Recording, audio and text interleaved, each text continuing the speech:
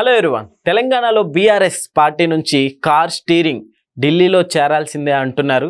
అంతేకాదు దీనికి కారణం కవిత గారు వెంటాడటమే అని రాజకీయ విశ్లేషకులు చెప్తున్నారు.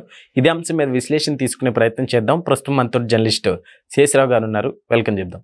Hello sir. హలో సార్, కవిత గారు వెంటాడడం వల్లే ఇప్పుడు ఈ జూబ్లీ హిల్స్ ఓటమికి కారణం అంటారా? ఇప్పుడు ఆవిడ ఎన్నికల ఫలితాలు వచ్చిన తర్వాత రెస్పాండ్ అయ్యారు. Yes sir. రెస్పాండ్ అయినటువంటి తీరును కనుక చూస్తే ట్విట్టర్లో కర్మా హిట్స్ బ్యాక్ అని చెప్పి చాలా పదునైనటువంటి పదాన్ని ఉపయోగించి ఆవిడ ట్వీట్ చేశారు.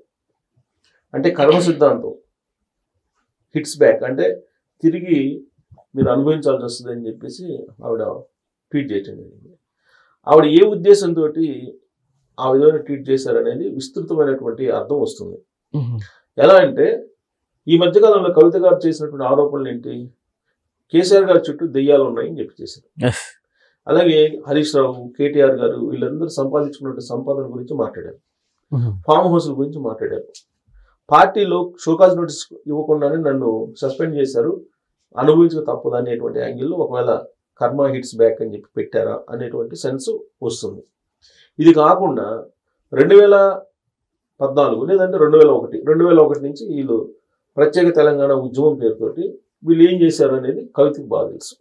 కవిత గారు ఎందుకంటే ఫ్యామిలీ మెంబర్ కాబట్టి కవిత గారికి బాగా తెలుసు. అవన్నీ తెలుసు కాబట్టే కర్మ హిట్స్ బ్యాక్ అని అన్నారా. 2001 నుంచి కల్వకుంట్ల ఫ్యామిలీ 2001లో ఏంటి పరిస్థితి? మారుతి 800 సెకండ్ హ్యాండ్ కార్ తోటి కేసీఆర్ గారు ఉండేవాళ్ళు. ఆ కార్లోనే నేను తిరిగానని చెప్పి చెబుతున్నాను. ఆయన చెప్పారు కూడా, ఆయన కూడా తెలంగాణ ఉద్యమం దాంట్లోనే స్టార్ట్ చేశారు. మరి అలాంటి కేసీఆర్ గారు లేదంటే కల్వకుంట్ల ఫ్యామిలీ వాళ్ళ పరిస్థితి ఏంటి? ఇది అందరికీ తెలుసండి. ఎందుకంటే ఇదేమి దాచేటువంటి విషయం కాదు. ప్రతి తెలంగాణ పౌరుడికి, ప్రతి తెలుగు పౌరుడికి తెలుసు వెళ్ళి. ఎందుకంటే కళ్ళెదుటే వాళ్ళు అమాంతం కోటీశ్వరులు అయిపోయారు, మిలీనియర్లు అయిపోయారు, అమాంతం మిలీనియర్లు అయిపోయారు. కళ్ళెదుట ప్రతి తెలంగాణ పౌరుడు, తెలుగు పౌరుడు చూస్తూనే ఉన్నాడు కదా. సో బహుశా అది చూసిన తర్వాత కర్మ హిట్స్ బ్యాక్ అనేది ఆవిడ చేస్తున్నారా? ఆస్తులకు సంబంధించిన పంపకాలనే కదా, అటు జగన్మోహన్ రెడ్డి గారు కానీ, ఇటు కల్వకుంట్ల ఫ్యామిలీ కానీ, అటు వైఎస్ ఫ్యామిలీ కానీ ఇవాళ విభేదించుకుంటున్నారంటే ఆస్తుల విషయంలోనేగా.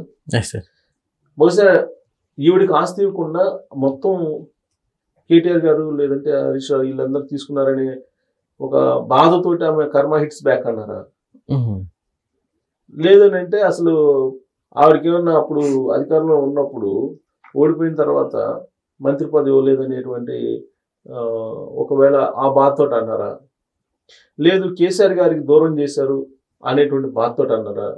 ఇవన్నీ కాదు, అసలు చంద్రబాబు నాయుడు గారిని తెలంగాణలో లేకుండా చేశారు. అసలు ఇవాళ తెలంగాణ ఈ పరిస్థితిలో ఉంది, హైదరాబాద్ ఈ పరిస్థితిలో ఉంది అని అంటే అది చంద్రబాబు నాయుడు గారి వల్లే అని చెప్పి కల్వకుంట్ల ఫ్యామిలీకి తెలుసు.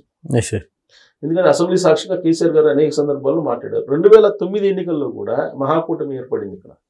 ఆ కూటమి వేదికల మీద కూడా చంద్రబాబు నాయుడు గారు అంట విజనరీ మరొకరు లేరు, ఆయన విజన్ కారణంగానే మనకి హైదరాబాద్లో ఈ విధంగా ఉందని చెప్పి ఆయన ప్రచారం చేశారు, ఎన్నికల ప్రచారంలో. ఇది అందరికీ తెలుసు. మరి ఈ విధంగా చంద్రబాబు నాయుడు గారిని ప్రశంసిస్తూ చంద్రబాబు నాయుడు గారి ద్వారా రాజకీయంగా ఎదిగి చంద్రబాబు నాయుడు గారినే వెన్నుపూట పొడిచి చంద్రబాబు నాయుడు గారినే తెలంగాణ లేకుండా, తెలుగుదేశం పార్టీనే తెలంగాణ లేకుండా చేశారు కాబట్టి కర్మ హిట్స్ బ్యాక్ అని చెప్పేసి అన్నారా? అంటే ఆ తెలుగుదేశం పార్టీ లేకుండా చేశారు కాబట్టి బీఆర్ఎస్ పార్టీ కూడా క్లోజ్ కాబోతుందనే యాంగిల్లో ఆవిడ కర్మ హిట్స్ బ్యాక్ అనేటువంటి ట్వీట్ చేశారా? ఇలా ఇన్ని రకాల విస్తృత అర్థాలు వచ్చేలాగా ఆవిడ ఆ ట్వీట్ చేయడం జరిగింది.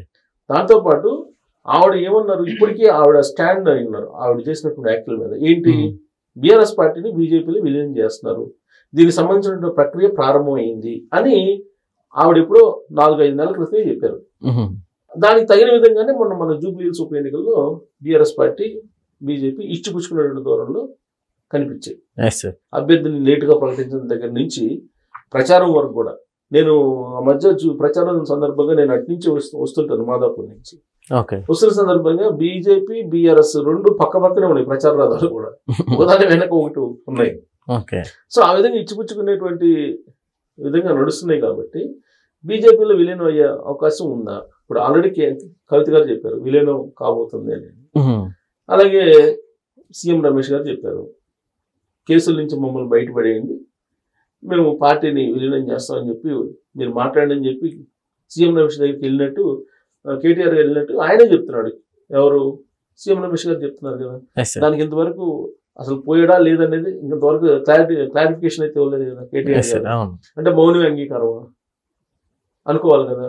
సో ఇలాంటి పరిస్థితుల్లో ఇప్పుడు జూబ్లీహిల్స్ ఉప ఎన్నికల్లో ఏదైతే ఓట్ బ్యాంక్ వచ్చిందో గెలవలేదు, అది గెలవలేదు కాబట్టి బీఆర్ఎస్ పార్టీ అంత బలం లేదు అనేటువంటి యాంగిల్లో ఇప్పుడు బీజేపీ వాళ్ళు ఎలా యాక్ట్ చేస్తారు అనేది ఒకటి. రెండేంటంటే ఇప్పుడు అసలు బీజేపీ అండ లేకుండా బీఆర్ఎస్ పార్టీ ఉండదు అనేటువంటి అభిప్రాయం బీఆర్ఎస్ పార్టీలో ఉంది అనిపిస్తుంది. ఎందుకంటే ఆ మధ్యకాలంలో కేటీఆర్ గారు ఏమన్నారంటే, ఉంటే ఎన్డీఏలో ఉండాలి, లేదా ఇండియా కూటమిలో ఉండాలి, ప్రాంతీయ పార్టీలకు మనుగడ ఉండదు అని చెప్పేసి ఆయన ఇచ్చినటువంటి స్టేట్మెంట్. అంటే ఇప్పుడు ఎన్డీఏ కూటమిలో రాబోయే రోజుల్లో వెళ్ళబోతున్నారు ఎన్డీఏ కూటమిలోకి, లేదా ఎన్డీఏ కూటమి నీడన నిలబడాలని చూస్తుందా అనేది అర్థమైపోతుంది. ఇవాళ ఇప్పుడు జూబ్లీహిల్స్లో గెలిచినట్టయితే అది వేరే ఉండేది. సో ఓడిపోయింది అంటే ఇంకా కూడా ఆ పార్టీకి గెలిచేటువంటి సత్తా లేనటువంటి పార్టీ, అధికారంలోకి వచ్చేటువంటి సత్తా లేనటువంటి పార్టీ అనేది క్లియర్గా అర్థమైపోయిన తర్వాత బీజేపీ ఎందుకు బీఆర్ఎస్ పార్టీని ఎంకరేజ్ చేస్తుంది? చెయ్యదు. రాబోయే రోజుల్లో ఒకవేళ బీజేపీ ఏదన్నా కావాలంటే కనుక వాళ్ళకేదో కొన్ని సీట్లు ఇచ్చేసి ఒకవేళ పొత్తు పెట్టుకుంటే పెట్టుకోవచ్చాము, కానీ అంతే తప్ప బీజేపీ బీఆర్ఎస్ పార్టీని అధికారంలోకి రానిచ్చే అవకాశం ఉండకపోవచ్చు. ఈ జూబ్లీహిల్స్ ఉప ఎన్నిక రేపు మళ్ళీ కాంగ్రెస్ పార్టీ వాళ్ళు ఇప్పుడు ఆల్రెడీ కాంగ్రెస్ పార్టీలోకి వెళ్ళారు బీఆర్ఎస్ పార్టీ నుంచి, వాళ్ళ చేత కొంతమంది చేత రిజైన్ చేసి మళ్ళీ బై ఎలక్షన్స్ కూడా వెళ్ళొచ్చు. బై ఎలక్షన్కి వెళ్ళినప్పుడు బీఆర్ఎస్ పార్టీ ఓడిపోయింది అనుకోండి, టోటల్ గా బీఆర్ఎస్ పార్టీ లేదు అనేటువంటి భావన వెళ్ళిపోతుంది. ఆ భావన వెళ్ళిపోయినప్పుడు బీజేపీ వాళ్ళు వచ్చిన అవకాశాన్ని ఎందుకు వదులుతారు? వదలరు కదా.